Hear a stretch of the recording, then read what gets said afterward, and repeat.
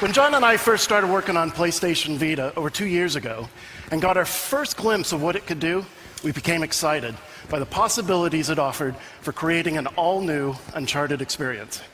So today we'd like to run through a short section of one level to show you why.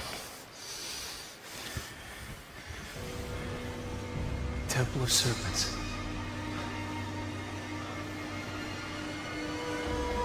It's gotta be it. How the hell do I get up there? So, as you saw from the Uncharted 3 demo, the bar for production values in an Uncharted game is incredibly high. Everyone knows who Nathan Drake is, how he looks, moves, and sounds. PlayStation Vita had to have the memory and processing power, not just to allow us to get Drake right, but the environments as well. As you can see, PlayStation Vita enables us to use advanced rendering techniques like water shaders and dynamic lighting for casting real-time shadows. But we also knew that gameplay was going to be just as important as the visuals. And the PlayStation Vita allowed us to tailor important aspects of Uncharted gameplay for the new platform.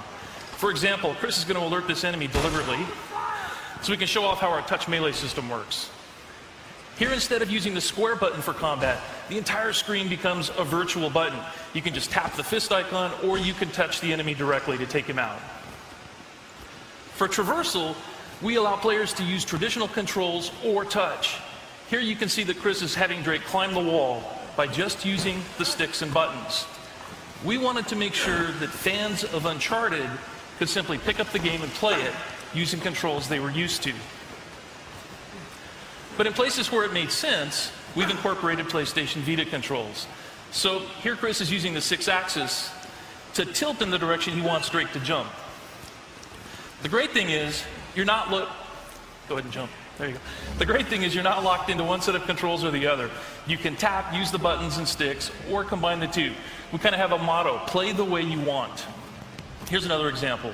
While dangling from these ruins, Chris can either use the stick to swing or simply drag his finger across, and Drake will follow.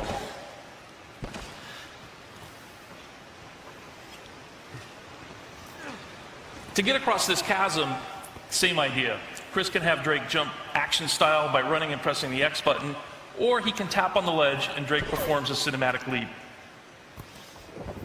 So while we definitely allow you to play the game the way you want, while developing the game, we began to discover that there were things you could do with the PlayStation Vita that you just couldn't do on a regular console. Along these walls, Chris is using a technique we call painting edges. You just draw your finger across a series of stones and